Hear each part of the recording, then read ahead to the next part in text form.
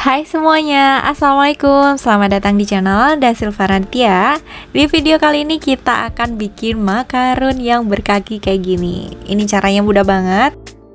Nanti lain kali saya akan share resep makarun yang lainnya ya. Mungkin ada beberapa telur yang berbeda. Tapi untuk kali ini aja udah cukup. Ini bakalan enak banget. Teman-teman bisa bikin banget di rumah kayak gini. Oke, yang udah penasaran jangan kemana-mana, tonton terus hingga akhir. Terima kasih.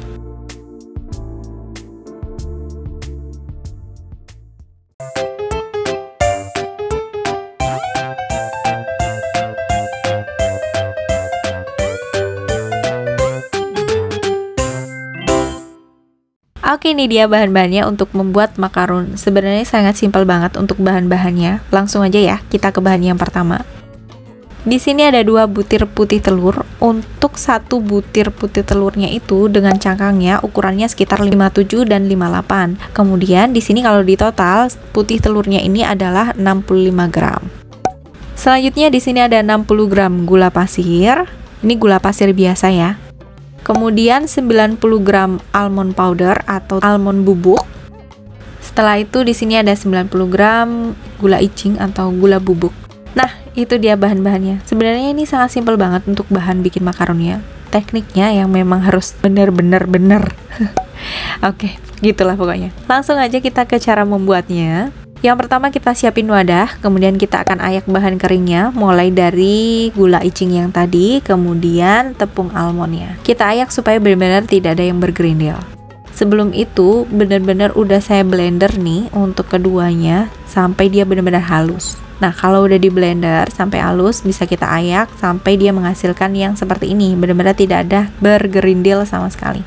Kita sisihin dulu, kita lanjut ke langkah berikutnya, yaitu kita siapin baskomnya, kemudian kita masukkan putih telurnya. Usahakan untuk putih telurnya ini tidak dingin ya. Kalau misalkan dari kulkas, bisa dikeluarin dulu sekitar 30 menit, baru bisa kita gunakan. Kemudian putih telurnya ini akan kita mixer menggunakan kecepatan sedang, sampai dia mulai berbusa seperti ini. Kalau udah berbusa, baru kita masukkan gula pasir yang udah kita siapin tadi, sekitar 60 gram. Kemudian ini untuk gula pasirnya kita masukkan secara bergantian atau bertahap ya. Ini saya masukkan sekitar 3 tahap. Jadi 1 dulu, kemudian kita mixer sampai kita rasa udah rata. Kemudian kita masukkan yang kedua, mixer lagi bentar. Kemudian masukkan yang ketiga. Nah, kalau udah yang ketiga, baru kita mixer sampai dia benar-benar kaku atau stiff peak. Jadi bukan yang sampai kaku banget ya. Sampai dia seperti ini. Nah, kalau ditarik dia berjambul terbalik dikit, bukan yang terkulai banget, tapi berjambul terbalik seperti ini dikit banget, ujungnya aja.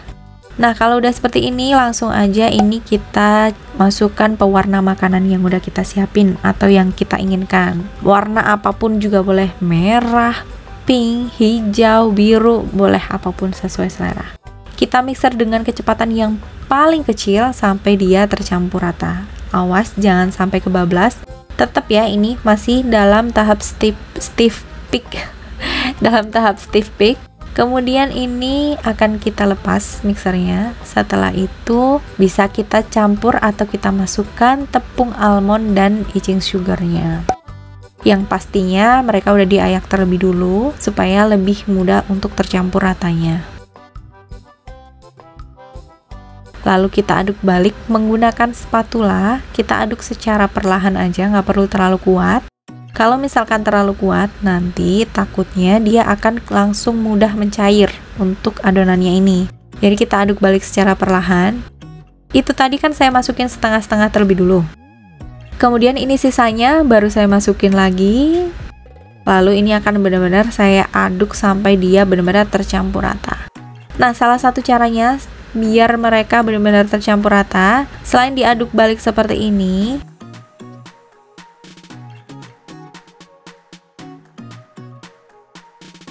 kita akan peret-peretkan apa ya, peret-peretkan. Kita akan nih kayak gini nih.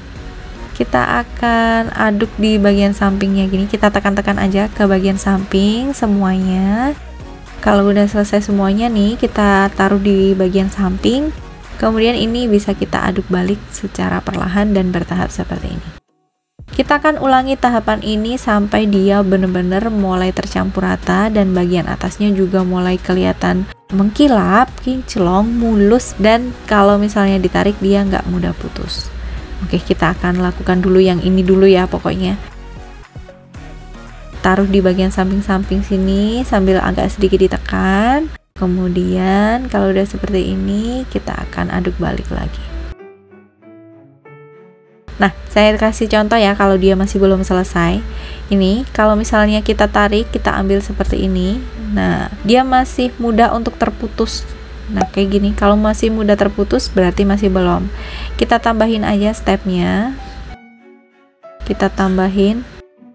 Caranya sama seperti yang tadi, tetap kita tempelkan adonannya ke bagian samping-sampingnya seperti ini sampai dia benar-benar semuanya menempel sambil kita tekan sedikit-sedikit seperti ini. Kemudian kalau udah selesai, ini bisa kita aduk balik seperti ini secara perlahan. Nah, kita aduk balik. Nah, ciri-cirinya nih kalau udah selesai dia akan seperti ini. Kita ambil, kita angkat, lalu nah, dia akan berbentuk pita seperti ini dan tidak mudah putus kan. Dia terus-terusan mengalir berbentuk pita seperti ini. Jangan sampai kelembekan ya. Nah, kalau udah seperti ini berarti ini udah siap untuk kita cetak jadi makaronnya. Sebelum itu di sini akan saya masukkan adonannya ke dalam piping bag. Seperti ini nih, ukurannya gede banget untuk piping bagnya. Saya taruh di dalam gelas, kemudian saya masukkan aja adonannya ke dalam gelas ini atau ke dalam piping bagnya maksudnya. Nah, kalau udah selesai kita taruh ke dalam piping bagnya. Kemudian ini akan kita tekan sampai dia benar-benar rapat untuk di dalamnya sini, jadi nggak ada udara sama sekali. Usahain seperti itu. Kalau udah selesai bisa kita ikat bagian atasnya, kemudian kita sisihin dulu. Kemudian di sini saya siapin piping bag yang kedua, lalu saya taruh aja spuit seperti ini, bulat. Lalu ini piping bag yang berisi adonan makaronnya, saya taruh aja ke dalam piping bag yang berisi spuitnya, kayak gini.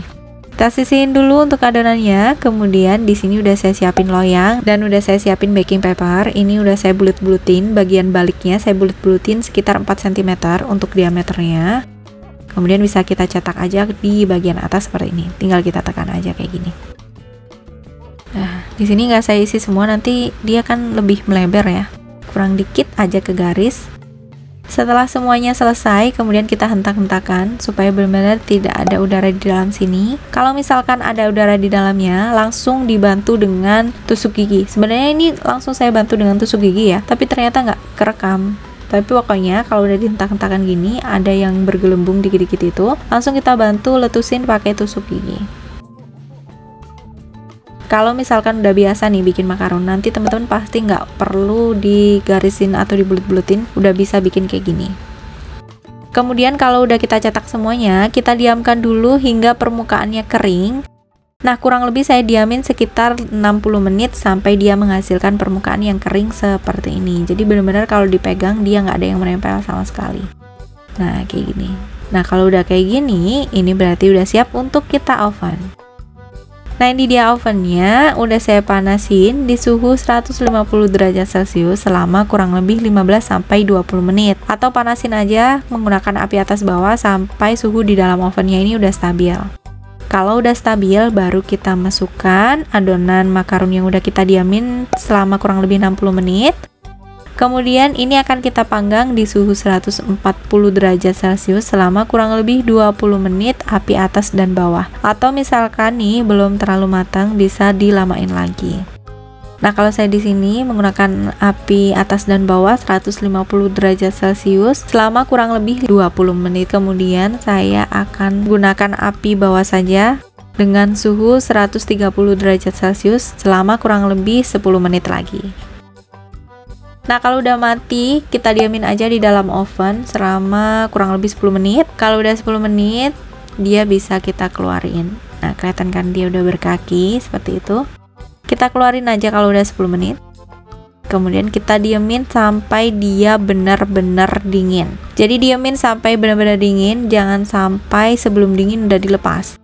Kalau misalnya udah dingin nih, bisa kita masukkan ke dalam kulkas terlebih dulu. Sambil kita bikin untuk isiannya atau fillingnya. Nah, di sini saya bikin yang gampang banget. Saya pakai whipped cream bubuk sebanyak 70 gram. Kemudian 1 bungkus Milo. Setelah itu 100 gram susu UHT full cream yang dingin. Jadi pastikan dingin ya. Setelah itu di sini saya akan menggunakan chopper ya. Jadi tinggal saya pencet, lepas sampai dia benar-benar kaku dan mengembang. Nah, kalau udah seperti ini udah bisa kita gunakan. Kita akan taruh di wadah seperti ini, plastik segitiga atau piping bag.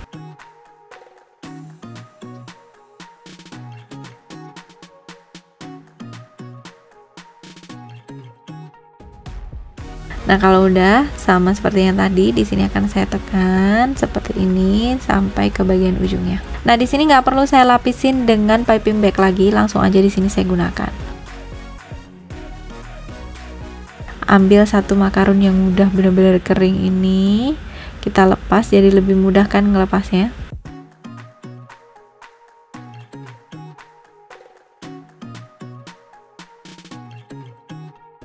Nah, kalau udah selesai, ambil satu, kemudian bisa kita taruh untuk fillingnya kayak gini. Iya, kita tekan aja bagian atasnya seperti ini. Nah, kalau udah, kita sisihin dulu. Kita akan lakukan sampai semuanya habis untuk makaronnya.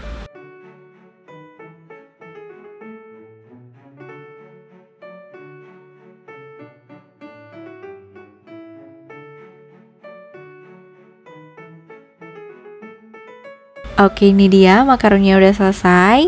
Tanpa berlama-lama lagi, langsung aja yuk kita cicipin.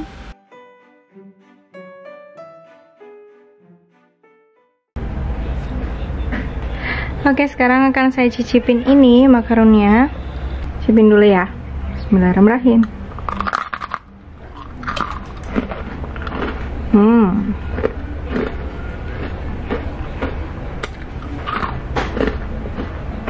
Oke. Jangan lupa cobain di rumah. Oke, segitu dulu untuk kali ini. Semoga bermanfaat. Jangan lupa cobain bikin makaron ini di rumah. Caranya sangat mudah banget dan bahan-bahannya juga sangat mudah ditemuin di sekitar kita. Jangan lupa juga tonton video saya yang lainnya. Siapa tahu video saya bermanfaat buat teman-teman semuanya. Dan sampai ketemu di video selanjutnya. Bye. Wassalamualaikum warahmatullahi wabarakatuh.